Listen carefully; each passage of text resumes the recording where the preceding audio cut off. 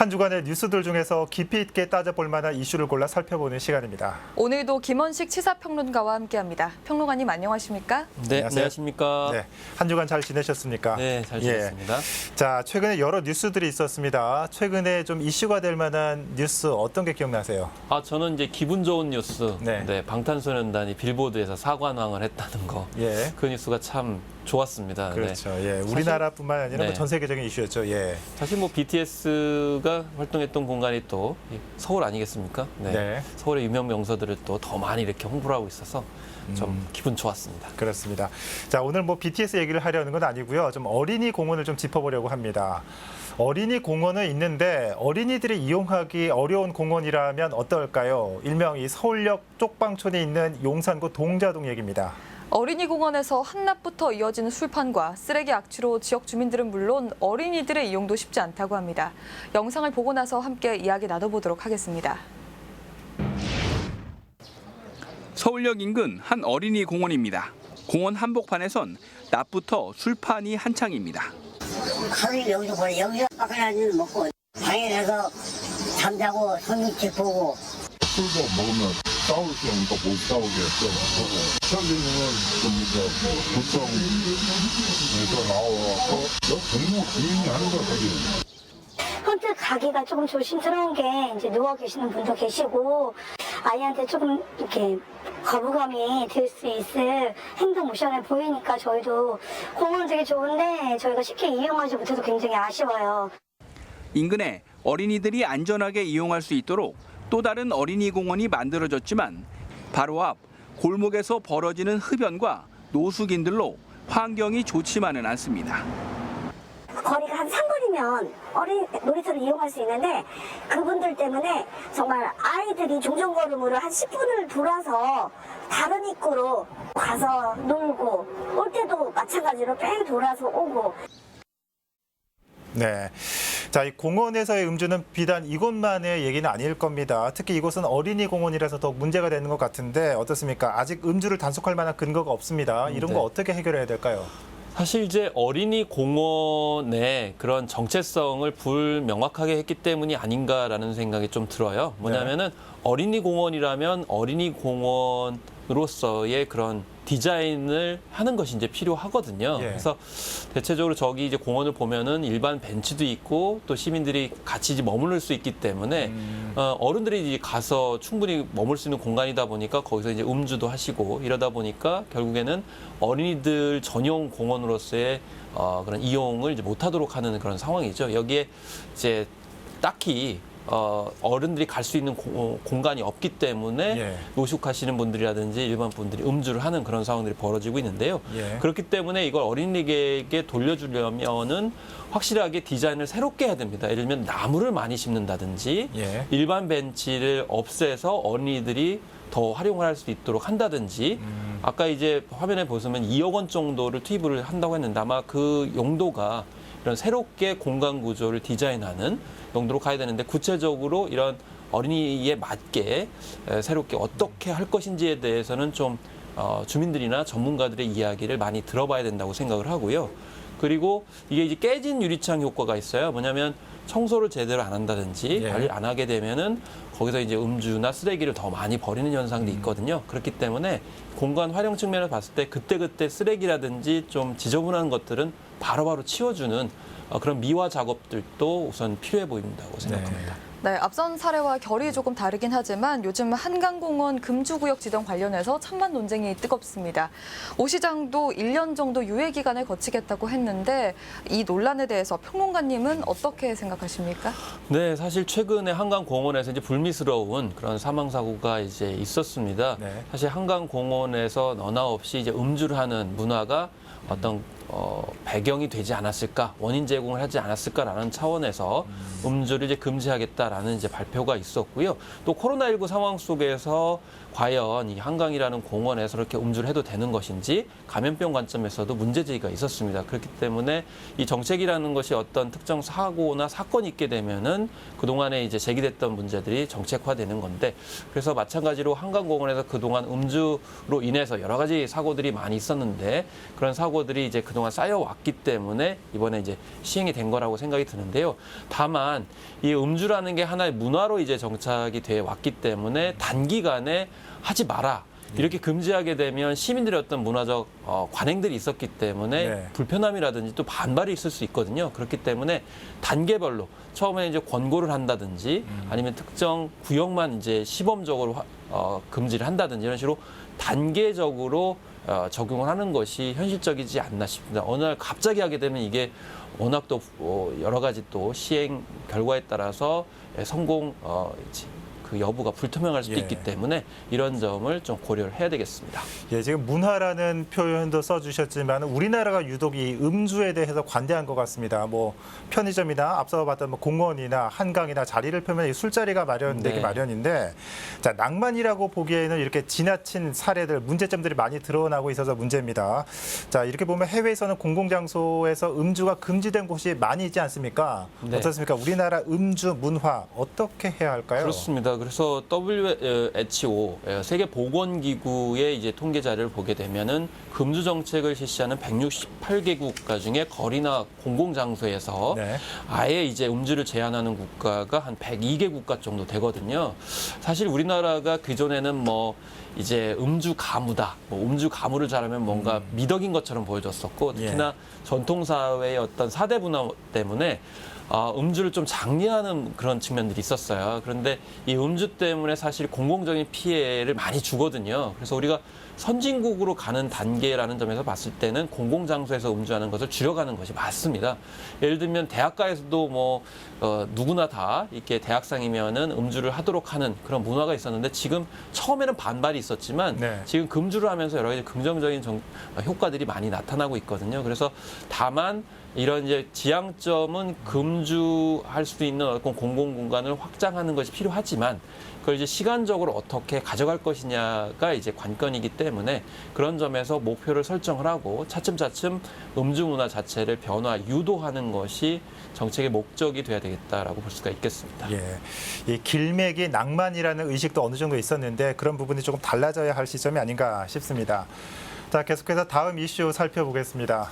GTX D 노선을 두고 지역에서 반발의 목소리가 끊이질 않고 있습니다. 급기야 김포와 부천, 강동과 하남 단체장들은 물론 서울 전체 구청장들도 나섰습니다. 영상을 보고 나서 이야기 나눠보겠습니다. 서울시 구청장협의회가 GTX D 노선의 서울 연장을 정부에 공식 건의하기로 했습니다. GTX D 노선에 관해서 여러 구의 그 구청장님들께서 주민의 의견을 반영해서 D 노선의 서울 노선 연장을 건의해왔고, 구청장협의회 이름으로 정부에 건의해 줄 것을 요청을 했습니다.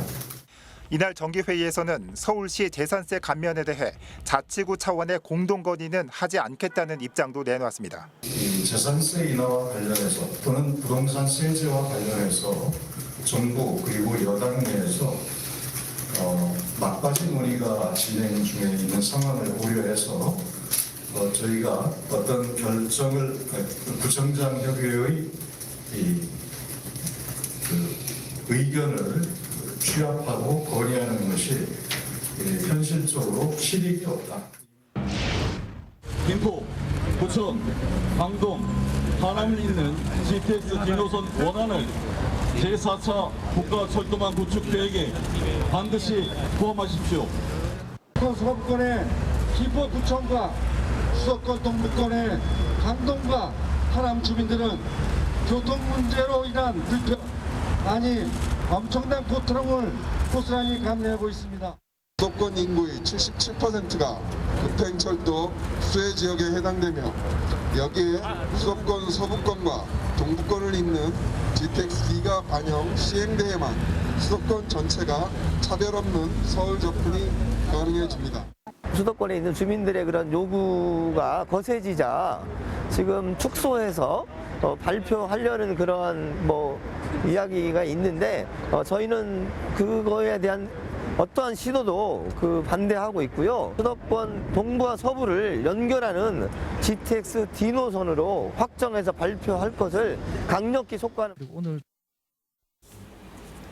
네, 영상에서도 보셨겠지만 GTX D 노선 관련 논란이 정말 뜨겁습니다. 지자체장들까지 모였는데 이 논란이 계속해서 커지는 이유가 뭐라고 생각하십니까? 사실은 애초에 이제 D 노선이 강남과 연결될 것이다라는 이제 분위기를 풍겼기 때문에 네. 이번에 이제 그게 안 될 것이라고 하니까 이제 더 반발이 일어났다고 생각합니다. 그래서 정책에 대한 어떤 불신 이런 것이 더 강화되고 있는데 사실 현실적으로는 이 김포 지역이 교통에 대해서 굉장히 낙후되어 있는 그런 곳이라는 인식들이 많이 공유되고 있기 때문이죠. 특히나 사실 우리나라의 그 신도시 건설 정책에 대한 맹점이 드러나고 있는 건데 예. 이 김포 지역 같은 경우는 지난 10년 동안 20만 명에 가까운 인구가 이렇게 형성이 됐었지만 사실 골드라인이 만들어졌음에도 불구하고 굉장히 불편함이 크거든요. 예. 뭐 경전철인데다가 두량밖에 안 되기 그렇죠. 때문에 거의 300% 가까이 출퇴근 시간에는 이동하는 인구가 증가하고 있는 그런 상황이기 때문에 어려움이 많습니다. 그런 상황 속에서 이번에 마치 이제 우롱당한 느낌이 드니까 여전히 교통 소외 지역으로 남는 거 아닌가? 라는 어떤 지적들이 나오고 있는 것이죠.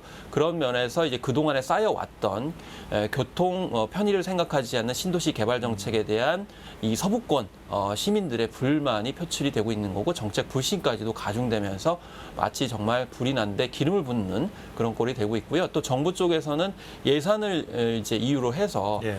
못한다는 어떤 그런 측면들을 이야기하면서 김포 장기부터 이제 부천운동장까지만 해도 거의 뭐 69분에서 이제 15분으로 출퇴근 시간이 감소되기 때문에 이 정도만으로도 충분하다라는 입장을 이야기하면서 팽팽하게 지금 갈등이 이어지고 있는 상황입니다. 예, 지금 상황이 이렇다 보니까 이 GTX D 노선을 여의도나 용산까지 연결해주겠다 이런 안까지 제시가 되고 있는데 그래도 주민들은 여전히 반발하면서 강남까지 직결해야 된다 이런 요구를 하고 있습니다. 자, 지역 주민들이 이렇게 동서를 잇는 안을 계속해서 고수하는 이유가 어디 있다고 볼 수 있을까요? 일단 이제 말씀하신 것처럼 이제 용산이라든지 또 부천까지 이렇게 하겠다라는 점을 이제 부각을 정부 쪽에서는 하고 있는데요. 네. 이번에 이제 한 통계 조사를 보니까 이 만약에 강남까지 연결, 특히 이제 하남까지 연결이 안 되게 되면은 이제 문제가 생길 거라는 어떤 인식들이 있었는지 예. 아파트 매물이 좀 증가한다라고 하는 데이터가 이제 나왔습니다. 결국 그동안에는 GTX-D가 강남까지 연결된다는 점이 많이 부각이 되다 보니까 이제 부동산의 어느 정도의 가격 상승 요인이 된 것이죠. 그렇기 때문에 결국 김포 지역 주민들은 이게 부동산의 어떤 가치에 영향을 미칠 것이라는 어떤 인식들이 많이 있다 보니까 이런 점에서 더욱더 강남 연결을 이야기하는 거고 거꾸로 하남 같은 경우에도 사실은 동서축으로 연결되길 바라고 있는 그런 상황이에요. 그래서 이런 네. 부동산 가치에 대한 공포 이것을 어떻게 누그러뜨려 줄 것인가에 대해서 좀 고민을 해야 되는데 사실 이제 전문가들에서도 지금까지 김포 지역이 너무 교통적으로 낙후돼 있기 때문에 부천 운동장까지 연결만 하거나 아니면 GTX B 노선을 이제 활용을 해서 용산까지 연결된다 하더라도 이것이 이제 지역 부동산 가격이라든지 지역 가치를 높일 수 있기 때문에 동서로 연결했을 보다는 좀 못할 수도 있지만 훨씬 더 호재가 될 수 있다는 거죠. 그리고 참고로 생각해야 될 것이 만약에 GTX D 노선이 강남까지 연결되려면 2035년까지 이제 공사 기간을 생각해야 되는데 그럼 2035년까지 기다린다고 생각했을 때 이런 점에서 여전히 또 모순이 있을 수 있기 때문에 어떤 것이 정말 당장의 실용적이고 실효적인 것인가를 좀 생각해야 될 필요성도 있겠습니다. 네. 자, GTX D 노선이 포함된 이 국가철도망 구축 계획안이 다음 달에 이 확정될 계획인데 어떻습니까? 평론가님 보실 때 GTX D 노선의 운명 어떻게 될 거라고 전망하십니까? 일단은 정부 쪽에서는 예산 문제 그러니까 다른 이제 국가철도망 사업에 들어갈 10조 원을 끌어와야 이 GTX D 노선을 강남까지 연결할 수 있다라는 주장을 하고 있기 때문에 다른 지자체도 또 반발이 있을 수 있거든요. 그런 점에서 쉽지 않을 것이다. 그리고 강남과 연결하게 되면은 서부권 까지 혹은 하남까지 부동산 가격이 올라갈 수 있기 때문에 지금 부동산 상황에서 봤을 때 쉽지는 않을 것이다. 그래서 이런 연결을 아마 발표하지는 않을 것 같다는 생각이 드는데 무엇보다도 김포의 교통난을 해소하는 것이 김포 지역의 또 이제 가치를 높이는 측면이 있을 수 있고 또 교통 문제를 해결할 수도 있는 거죠. 그렇기 때문에 지금 김포 골드라인을 과연 이제 5호선 김포공항까지 어떻게 확장을 할 것이냐. 예. 이런 부분들을 이제 인식을 해야 되고요. 또 GTX 비노선을 활용을 해서 김포, 여의도, 또 용산까지 연결하는 것을 어떻게 확정할 것인가. 이런 점들을 통해서 김포 지역의 교통난을 어떻게 해소할 것인지 이 부분에 초점을 맞춰서 아마 정부에서 또 발표를 하지 않을까 이렇게 생각을 해보게 됩니다. 네. 자, 이른바 김부선, 김포, 부천 노선에 반발하는 지역 주민들은 이 정부가 교통이 아닌 고통을 주고 있다라고 외치고 있습니다. 정부가 결국 어떤 답을 내놓게 될지 지켜봐야 할 것 같습니다. 네, 지금까지 김원식 평론가와 함께했습니다. 평론가님, 오늘 말씀 잘 들었습니다. 네, 감사합니다.